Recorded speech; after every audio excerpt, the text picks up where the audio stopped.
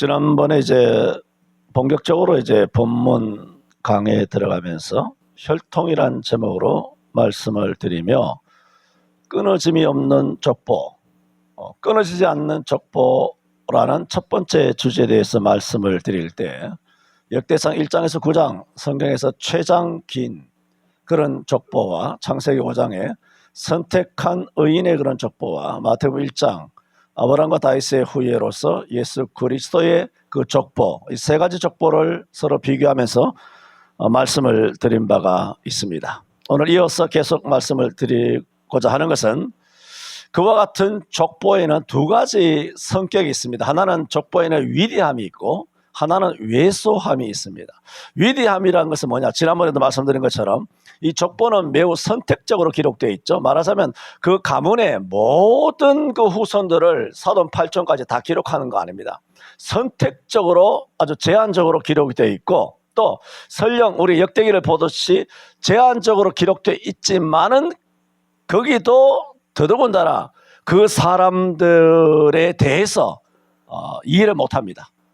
제한적으로 기록되어 있는 이름들조차 누군지 도대체 뭐하는 사람인지 어떻게 살다가 어떻게 죽었는지 알 수 있는 길이 없습니다. 있다는 것은 우리가 잘 아는 더러 유명하신 분들 이외에는 전부 다 낯선 인물, 다른 성경으로도 이 사람이 어떤 분인지 알 수 없는 그런 이름들이 열거되어 있습니다. 그러므로 이 역대기를 통한 족보의 첫 번째 두 가지라고 그랬죠. 하나는 위대함이 있다. 족보의 기록에 위대함이 있고 하나 왜소함이 있는데 위대함에 대해서 지금 위대함과 왜소함에 대해 말씀을 드리면서 지금 설명을 드리는 것입니다. 그러므로 성경은 그 사람들의 이름도 다 쓰려고 하지도 않고 그 사람들의 가문에 대하여 가계에 대해서 성경이 설명하려고 하지 않습니다. 가계에 대하여 어떤 가정인지 어떤 가문인지 그 사람이 어떤 인격이나 그 사람 신앙에 대해서조차도 언급하지 아니하고 대부분은 그냥 우리가 모르는 그 이름으로만 계속 나열되어 있다라는 겁니다.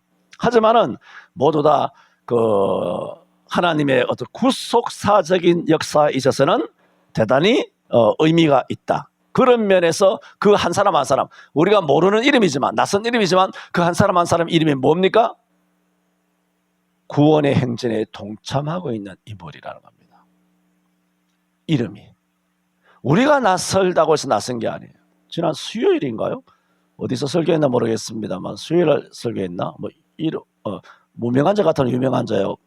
그거 설교죠. 수요일날 고린도 후서 6장에 있는 28가지 중에 수요일날 말씀드리면서 무명한 자 같으나 유명한 자요라고 했을 때 성경에 대단히 위대한 일을 했지만은 이름이 전혀 없는 거예요. 말하자면 두 정탐꾼 같은 게 여력으로 정탐합니다. 두 정탐꾼. 지난번 말씀드렸죠.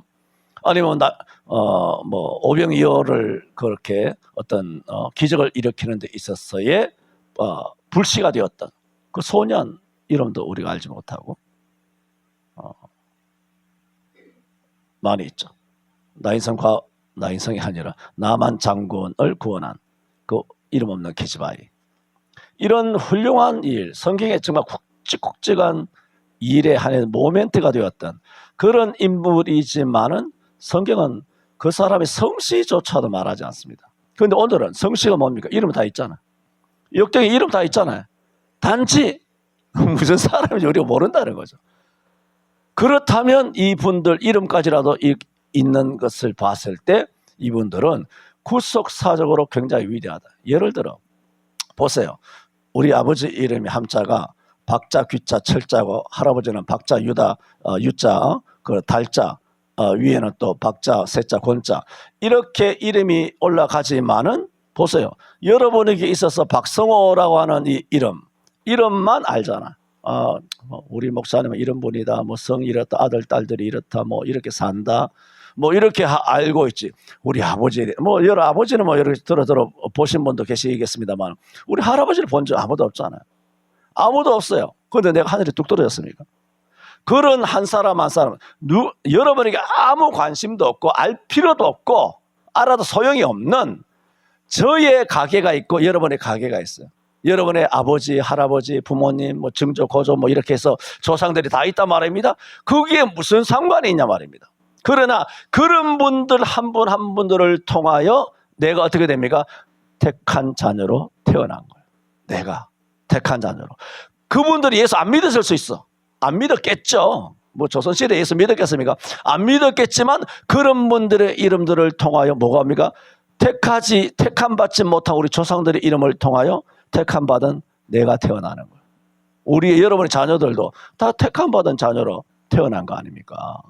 그러므로 이 한 인물은 그분이 예수 안 믿었을 수 있지만은 구속사적으로 귀하게 쓰임 받아서 택한 자녀를 낳게 한 씨앗이 됩니다.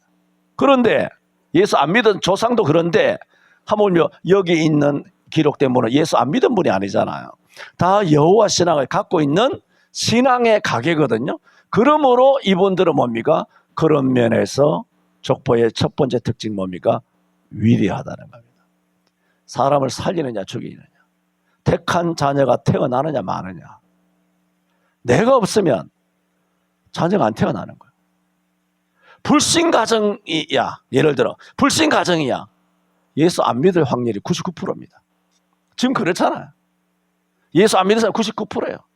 1980년 이전에 예수 천당 그러면 다 예수 믿고 교회 오던 그런 부흥시기가 아니라 요즘은 믿는 것들도 안 믿는데, 안 믿는 사람이 예수 안 믿는 가정에서 예수 믿는다는 것은 거의 불가능해 보여요.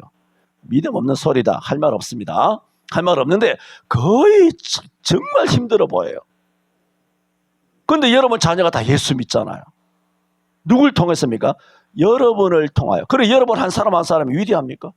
뭐 구청장이에요. 거지 같은 이거 무슨 구의원의 시의원이에요. 대통령 거지 같은 대통령이에요. 국회의원이에요. 뭐요? 그런 이름 없지만은 여러분은 이름 없지만 여러분은 하나님 안에서 뭡니까? 위대한 이름입니다. 첫 번째, 이 족보의 성격은 첫 번째 위대함이 있다. 동시에 정반대입니다. 왜소함이 있습니다. 왜소하다는 건 뭡니까? 아까는 그 위대하지만 그 구속사적인 그 어떤 족보가 수천 대 수만 대 내려오잖아. 그랬을 때 우리는 그 수많은 구속의 그 어떤 사슬이 엮여서 내려오는데 그 수많은 사슬들 중에 그냥 하나라는 거예요.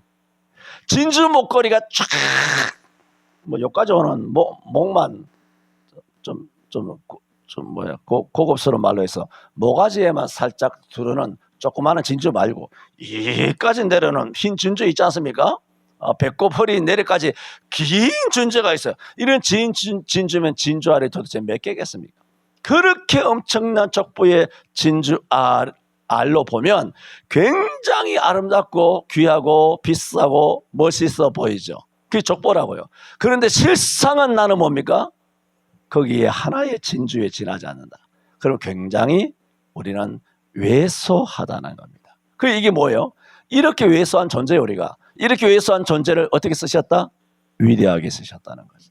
이것이 역대상에 나오는 1장부터 9장까지 그 족보의 두 가지 성격, 그것을 말씀을 드리는 겁니다. 이와 관련해서 역대상 6장 3절 뭐 찾지 맙시다. 난 찾는 거 왜냐하면 해내야 될 일이 많기 때문에 여러분 찾고 읽고 뭐 이렇게 싫어서 내 막 하니까 찾을 사람 찾고 말씀 말고. 역대상 6장 3절에 보면 모세가 어떤 인물입니까? 그러나 모세 이름도 역대상 6장을 이야기하는데 9장까지 보면 전부 다 족보인데 그 족보의 이름을 쓸 때는 모세 이름도 간단하게 나옵니다. 어떻게? 아므람의 자녀 아론과 모세와 미리암이요. 딱 그까지입니다.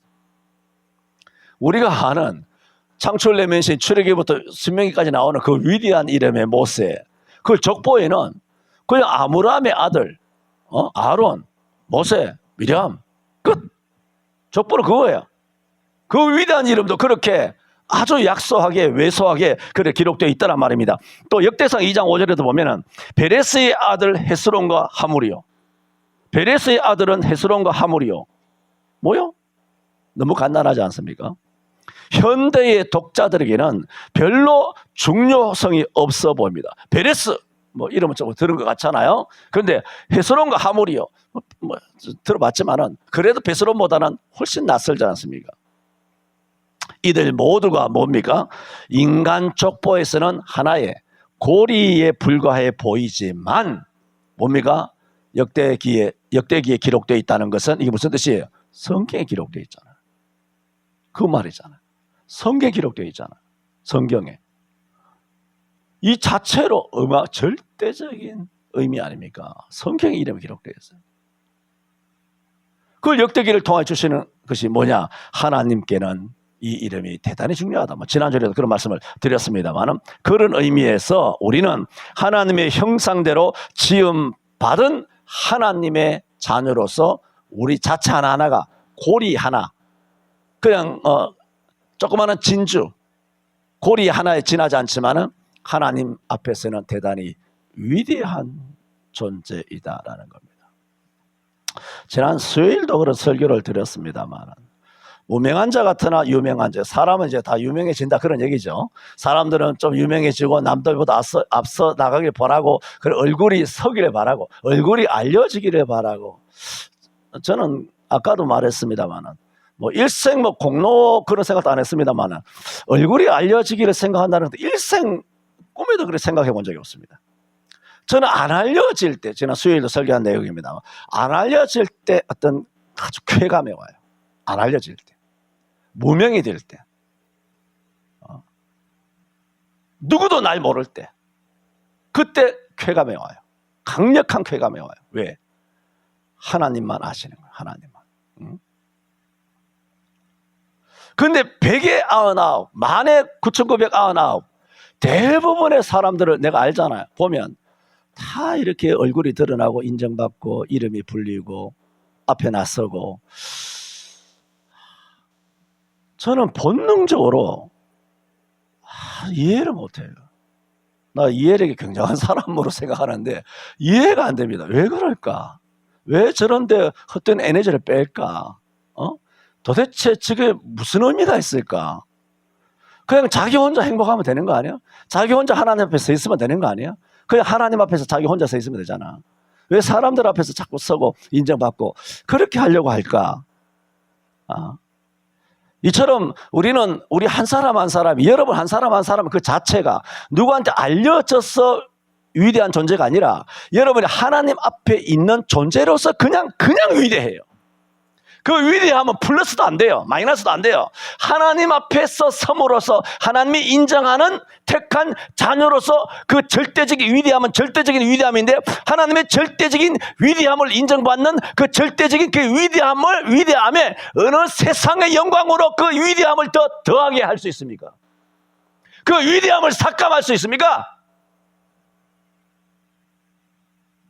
저는 그런 면에서 본질적으로 존심이 상해가지고, 인간, 이 조그마한 교회 목사 누가 칭찬하고 누가 지지하고 그런 건 아예 없지만, 그런 것이 오는 것이 아주 그냥 굴욕스러워요.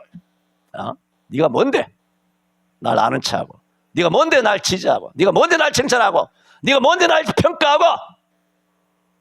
절대적인 하나님 안에서 내가 하나님의 아들로 인정받았다는 것은 절대적으로 인정받았잖아.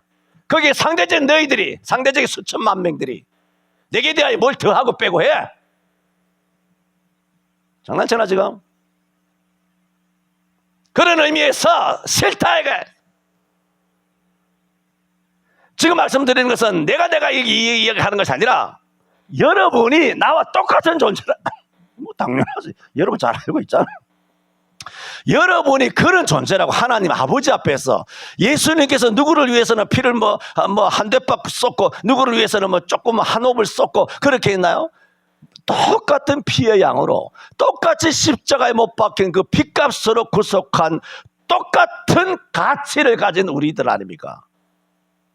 어떤 놈이 더 피를 받았습니까? 대한민국 유명한 목사라고, 능력 있는 목사라고, 대통령이 지금 거지지만 어느 누가 그렇다 하더라. 주기철 목사님 아니면 손해명 목사님 그래 훌륭한 목사님이라 할지라도 그 목사님을 위하여 예수님께서 특별히 십자가에서 피를 더 흘렸습니까? 바울을 위해서 더 흘렸습니까? 아브라함을 위해서 더 흘렸습니까? 아니잖아요. 똑같잖아요. 똑같이. 왜 우월감을 가지며 웬 열등감? 저는 그런 일에서는 피를 토합니다. 왜 인생 그렇게 사나? 그것은 예수 그리스도의 피를 흐리는 거잖아. 예수 그리스도의 피를 감가상각시키는 거잖아. 감쇄시키는 거잖아. 왜 그렇게 자존심도 신령한 명예도 없이 그렇게 살아갈까? 네가 뭔데? 나한테. 하나님께서 날 하나님의 아들인데 네가 뭔데? 그런 여러분 신령한 긍정적인 성경적인 프라이드가 여러분에게 있을 줄 압니다만은 그런 의미에서 우리는 뭐다? 위대하다. 그런 면에서 우리는 또한 왜소하다. 이런 왜소한 것을 택해 주시고 귀하게 쓰셨으니 그게 감사한 것이죠. 그 말씀을 드렸다는 말씀입니다. 지금까지 말씀을 드린 것은 끊어짐이 없는 족보. 그러니까 두 번째 족보의 위대함과 왜소함. 자, 세 번째 뭐냐? 약속의 가계. 이 가계들은 뭐냐? 족보들이 뭐가 있다? 약속이 있다. 말씀을 드렸습니다. 이 족보들의 특징이 뭐냐? 성격이 뭐냐? 여러 번 말씀드렸지 않습니까? 말씀을 드렸고 이어서 오늘 세 번째로 역시 동일한 혈통이라는 제목을 통하여 이어서 말씀드리는 것은 약속의 가계입니다. 여러분 역대상 1장에서 9장에 보면은 아담에서 야곱 역대상 1장부터 9장까지 보면 보이는 대로 차례차례 보면 나와요. 아담에서 야곱까지 족보가 기록되어 있어요. 그 다음에 야곱에서 다윗까지 족보가 기록되어 있고요. 다윗에서부터 12지파, 12아들 알죠? 12지파 족보에 대한 기록이 1장부터 9장까지 대부분이에요. 그리고 아담부터 12지파까지의 기록이란 얘기잖아요. 그래 이게 뭐예요? 이스라엘의 가계죠. 이스라엘의 족보란 말입니다. 1장부터 9장까지는 전부 다 이스라엘 유대 땅에 있는 아브라함의 후예 택한 백성 이스라엘의 가계란 말입니다. 그건 내가 설명 안 해도 9장까지 그렇게 되어 있습니다. 여기서 제가 말씀드리려고 하는 것은 그런데 그런 방대한 양의 긴 가계가 기록되어 있는 중에서도 이스라엘 12지파까지라 그랬잖아요. 그런데 12지파 중에서도 이 성경 9장까지를 보면은 유다지파, 레위지파, 베냐민지파 12지파 중에 3개 유다, 레위는 알지 않습니까? 유다, 레위 그 다음에 베냐민 이 3지파는 역대기에서 1장에서 9장까지 보면은 유다는 두 장 유다지파 유다의 가계가 기록되어 있어. 베냐민도 거의 2장 기록되어 있어요. 레위지파는 1절부터 68절까지. 우와. 성경 찾아보고 싶지 않은데 6장에 보면 레위지파 족보가 1절에서 68절 6장이 1절부터 68절까지 있어요. 68절까지만 있는 건 아니지만 68절까지 보면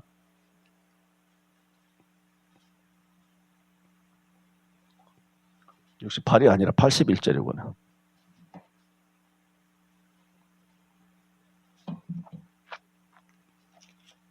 그 6장이 얼마나 길어요? 그 엄청나게 길지 2장 되지 않습니까? 이걸 다 뭐다? 레위의 족보만 기록되어 있는 거예요. 그런데 지금 말씀드리는 것은 유다와 레위와 베냐민과 달리 에브라임 유명하잖아요. 에브라임. 근데 에브라임 딱 10절만 기록되어 있어요. 10절. 이건 여러분 우리가 형제가 12인데 나는 2장 기록되어 있고 둘째 아들도 2장, 셋째 아들 68장. 근데 가정에서 가정을 일구었어. 가정을 크게 일으킨 나 에브라임인데 달랑 10절만. 이게 뭐지? 여러분이 에브라임 입장이라면 역대기 읽어 내려가다가 약간 불만이 있지 않을까요? 에브라임은 7장 20절에서 29절까지밖에 없어요. 7장 20절에서 29절까지니까 9절, 10절밖에 없는 거 아닙니까? 짤막하게 그렇게 기록되어 있단 말입니다. 자, 이게 뭐냐를 지금 설명드리는 겁니다. 누가 봐도 언뜻 봐도 내가 에브라임이 아니더라도 내가 아니면 베냐민이든 시므온이든 다른 지파라 아셀이든 간에 스불론이든 간에 내가 다른 지파라 할지라도 객관적으로 이렇게 봤을 때 루벤도 많이 루벤이란다. 유다도 많이 기록되어 있고 베냐민도 많이 레위도 많이 기록되어 있는데 우리 형제 중에서 에브라임이 큰 일을 했는데 가문을 일으켰잖아. 에브라임이 가문을 일으키고 이스라엘을 다 구원한 거 아니에요. 요셉의 아들이니까 그렇게 큰 그 일을 했는데 그 11번째 동생 에브라임은 달랑 뭐 10절만 기록되어 있네. 누가 봤을 때도 이거 약간 불합리하다. 불공평스럽다. 왜 그랬을까? 한 번쯤 불평은 안 하더라도 묻고 싶지 않겠습니까? 이걸 썼다면 누군가. 이건 물론 뭐 에스라가 썼다고 하셨지만은 결국 하나님 쓰신 거 아닙니까? 하나님에게 하나님 왜 그러셨을까요? 이게 도대체 무슨 의미입니까? 이쪽 약간 불합리하지 않습니까? 내가 볼 때는 다 공평하게 뭐 50절씩 아니면 30절씩 40절씩 뭐 이렇게 한 장씩 쭉 이렇게 하든가. 그런데 에브라임은 달랑 10절밖에 할당이 되지 않았단 말입니다. 그런데 이게 뭐냐? 이스라엘의 가계를 기록해 내려가는 가운데 이 세 지파는 크게 기록되어 있고 에브라임은 크게 기록되어 있지 않는 이런 것을 통해서 하나님께서 역대기 족보를 통하여 뭘 의도하느냐 하면 약속이 어느 지파에게 있는가 하는 거예요. 레위는 목회자 집안이잖아요. 레위는 그 독특한 것이죠. 베냐민은 뭡니까? 베냐민은 남유다 북이스라엘 했을 때 북쪽이 10지파 올라갔을 때 베냐민은 유다에게 붙었어요. 다윗에게 붙었잖아요. 남유다에는 유다와 베냐민이라고요. 베냐민이 누굽니까?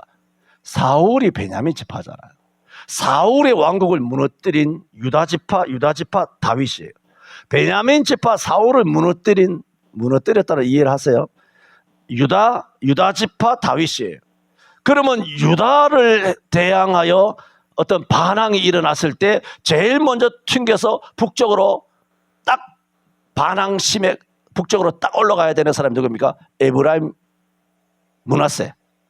얘네들이 가장 에브라임 베냐민처럼 에브라임 베냐민이 가장 먼저 올라갔어야 돼요. 베냐민하고. 응? 근데 다 올라갔어. 근데 베냐민만 사울의 동등한 피를 나눈 뭐 똑같은 피지만은 자기들 나눴을 때는 그렇거든요. 근데 사울의 왕국이 무너졌어. 나하고 다윗이 무슨 상관이냐? 북이스라엘이 에브라임을 깃대로 해서 북이스라엘 올라갔을 때 제일 먼저 한 말이 뭡니까? 다윗이 우리하고 무슨 상관이 있냐 이랬거든요.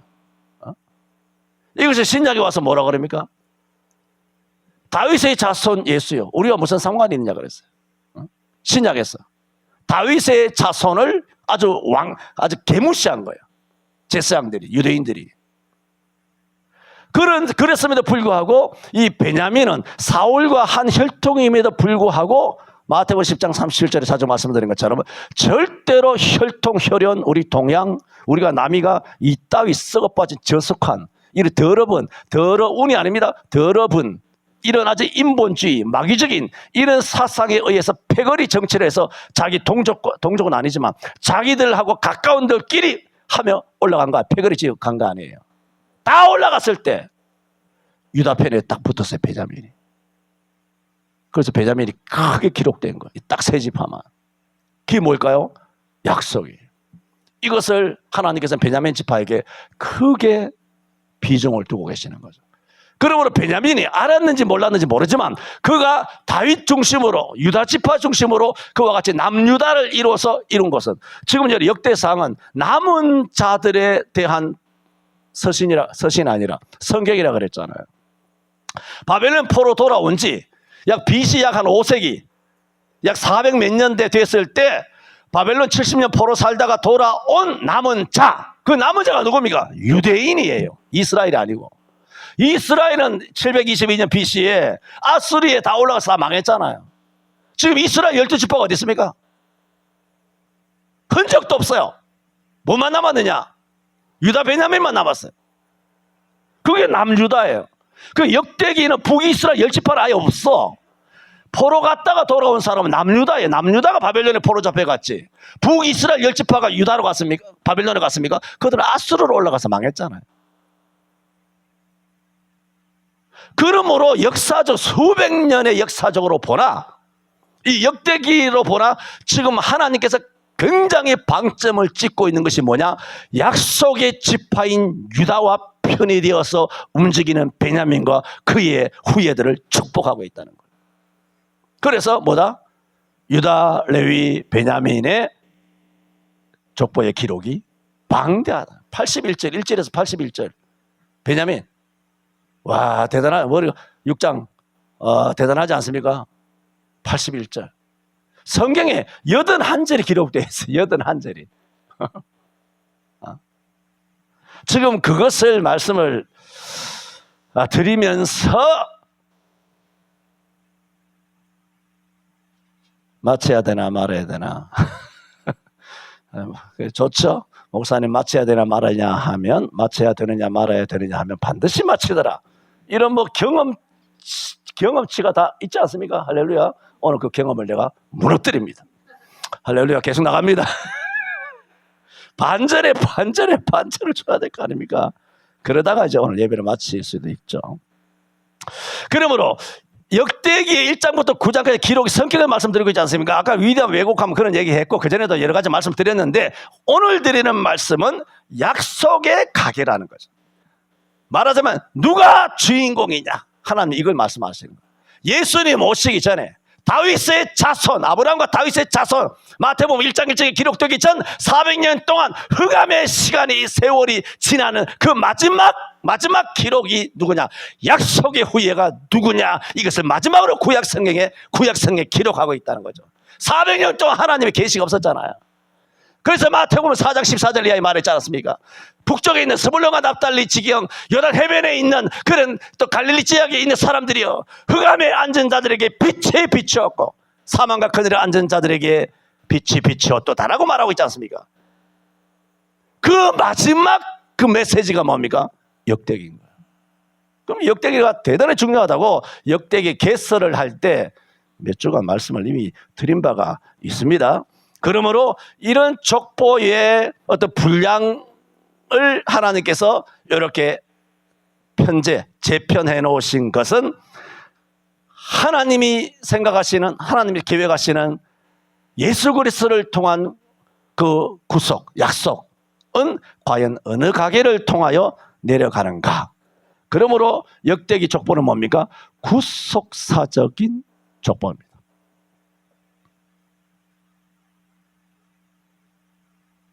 그래서 다시 1장에 가면 역대기 첫머리를 장식하고 있는 두 단어가 있습니다.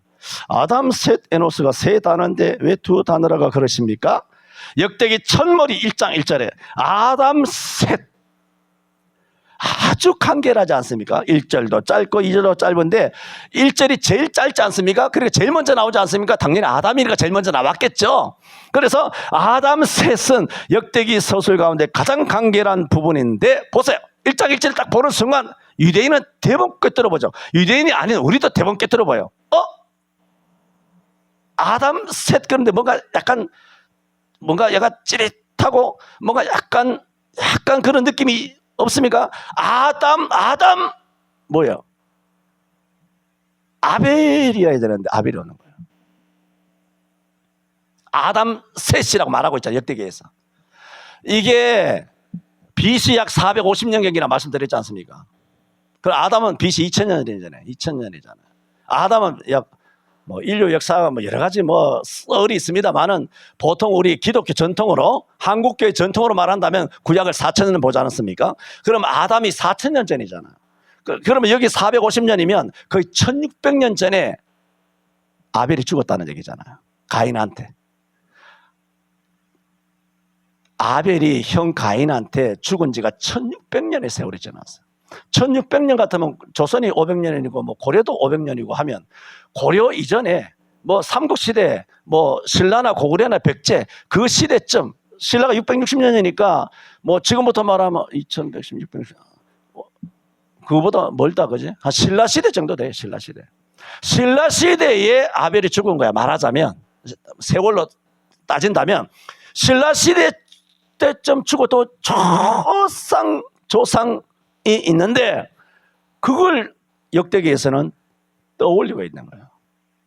아담, 아벨 이렇게 나가면 뭔가 좀 별다른 생각이 안 나요. 근데 아담에서 누구나 다 알거든, 유대인들은. 태정태세 문나세 예수님 인정성 광인의 영 숙경 알잖아. 조선시대도 고려시대도 대충 알고 있잖아요. 그런데 그들의 조상이잖아. 조상인데 아담, 아벨을 건너가고 셋. 죽으면 이렇게 아주 소외되나? 아담 셋 넘어갈 때 유대인은 이게 뭘까요? 생각해 보세요. 뭘 목사가 말하고 싶어 할까요? 또 여러분에게 주시는 또 감동이 다를 수도 있겠죠. 각자마다 깨닫는 게 다르니까. 또 성령께서 어떻게 말씀하는지 모르지만 지금 딱 느끼는 것은 유대인의 입장에서 또 우리 후예의 입장에서 대번 떠오르는 것은 뭡니까?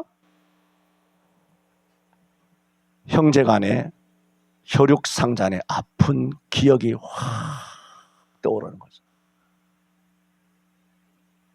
가인이 아벨을 죽인 이 비극적인 가정사, 이것이 떠오르지 않을 수가 없어요. 아담, 아벨, 셋 이렇게 했으면 그냥 무던히 넘어갔을 텐데 아벨이 탁 빠지니까 이게 뭐지? 하면서 그 아픔이 확 되살아나. 천몇백 년 전에 그 아픈 기억이 되살아나는 거예요. 예를 들면 아버지 돌아가시고 아버지 어머니 돌아가시고 평상시에 맨날 아버지 돌아가셨다 어머니 돌아가셨다 슬픔을 가슴에 안고 가슴을 쥐어잡고 그렇게 못 살지 않습니까? 그냥 바쁘게 살아갑니다. 자식들 키우면서 먹고 마시며 직장 생활하고 돈 번다고 바쁘게 그렇게 생활합니다. 그렇게 생활하다가 어느 날 갑자기 뭡니까? 사진을 한번 보면 그잖아요. 사진을 딱 보게 되면 가슴이 사람이 그렇게 되죠. 그 장면이에요. 우리들에게 회상시키는 장면이라고. 회상시키는 장면. 그 아픈 기억을 되살리는 그런 장면입니다.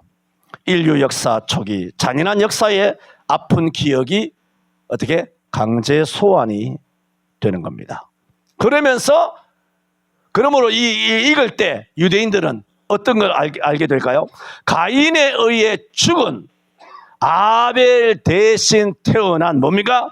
셋의 이름이 역대기의 약속의 이름으로 올라와 있다라는 거예요. 셋.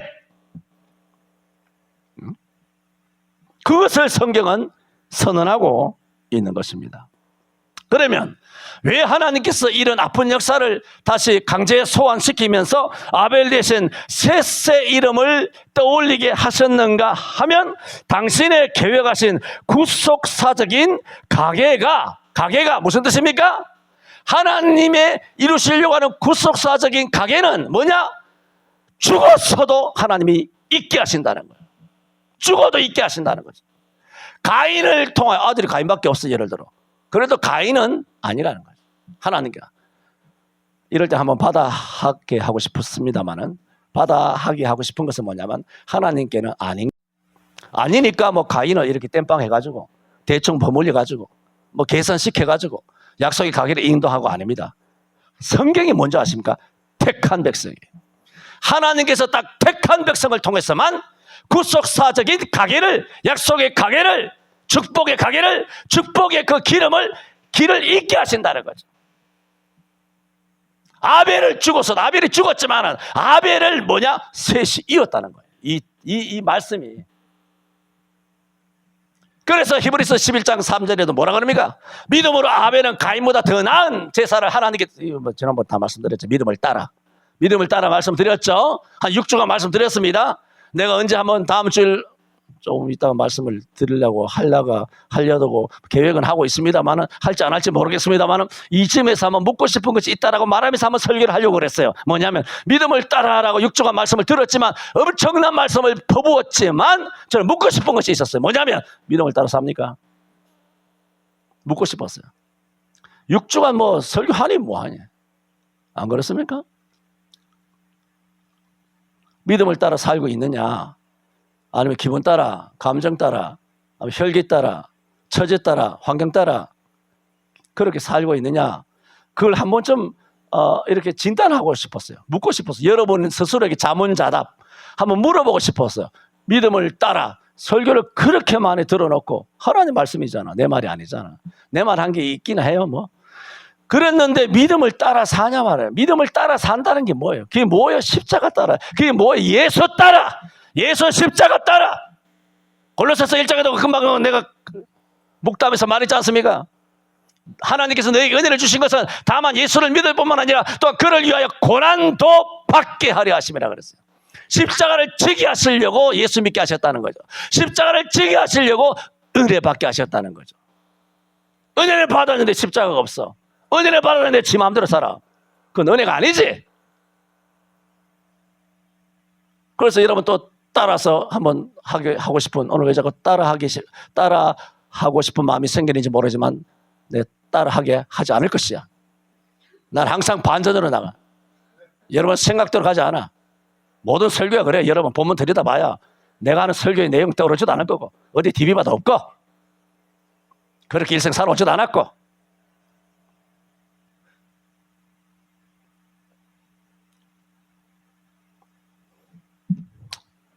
이처럼 하나님께서는 아벨 대신 셋. 아벨은 죽어서도 하나님의 교육은 멈추지 않는다. 유럽의 교회가 망해서도 예루살렘의 교회가 망하고 지금 황금돔이라고는 이슬람 정교 온갖 것들이 저기 예루살렘에 있다 할지라도 이단이잖아. 그 교회가 없잖아. 그게 무슨 성지순례야. 전부 다 이단들밖에 없는데 귀신들만 넘치고 있는데. 이번에 친구 목사가 오는데 뭐 성지순례가 어떤지 알죠? 내가 전에 다 이야기했잖아. 입만 아프다. 성지순례 간다고 뭐 갔어. 뭐 내 나이 됐으니까 나이도 많잖아. 58 청년. 그 양반이 뭐 노회장도 2번 해먹고 뭐 시골에서 그렇게 했는데 뭐 그 노회장으로 가게 되면 뭐 조그마한 교회지만 노회비가 많이 올라와요. 올라오면 뭐 한 50%, 뭐 300만 원 든다. 그러면 한 50%, 30%. 또 정경 노회장이니까 뭐 특별히 뭐 이렇게 스폰 해가지고 뭐 어떻게 갔다 오시는지. 그래 시골 교회에 있다가 뭐 한번 성지순례 간다. 그러면 뭐 또 해외 나가서 바람 쐰다고 뭐 그래 말이 성지순례지 할 게 뭐 있으면 아무것도 없는데. 그거보다는 여러분 강화로 오시기를 바랍니다. 그러니까 그 날아갔는데 이번에 전쟁 났잖아. 전쟁 났을 때 단톡방에 올라온 거야. 단톡방에 올라와서 뭐 친구가 뭐 성지순례 갔는데 뭐 기도해달라고. 돌아왔는지 안 돌아왔는지는 잘 모르겠습니다만은 돌아오겠지 뭐.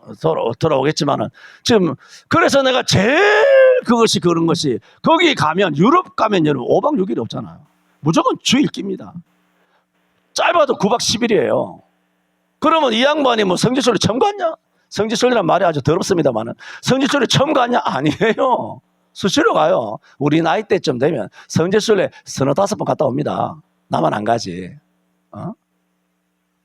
다 가거든. 뭐 돈 조금만 태우면 갔다 옵니다.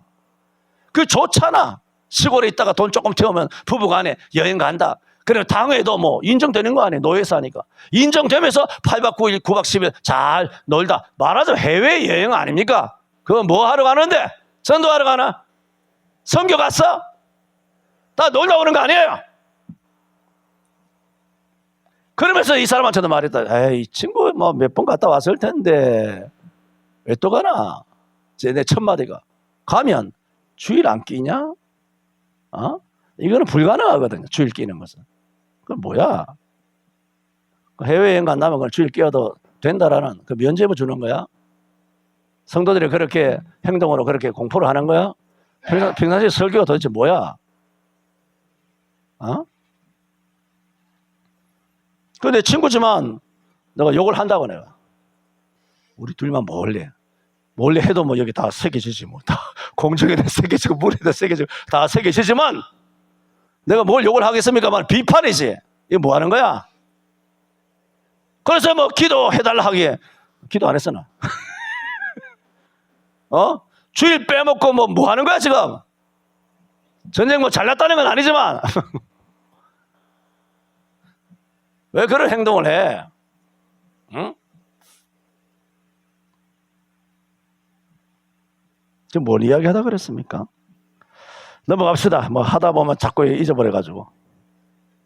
그래 처음 셋을 통해서 당신의 계획하신 구속사적 학위가 계속됩니다.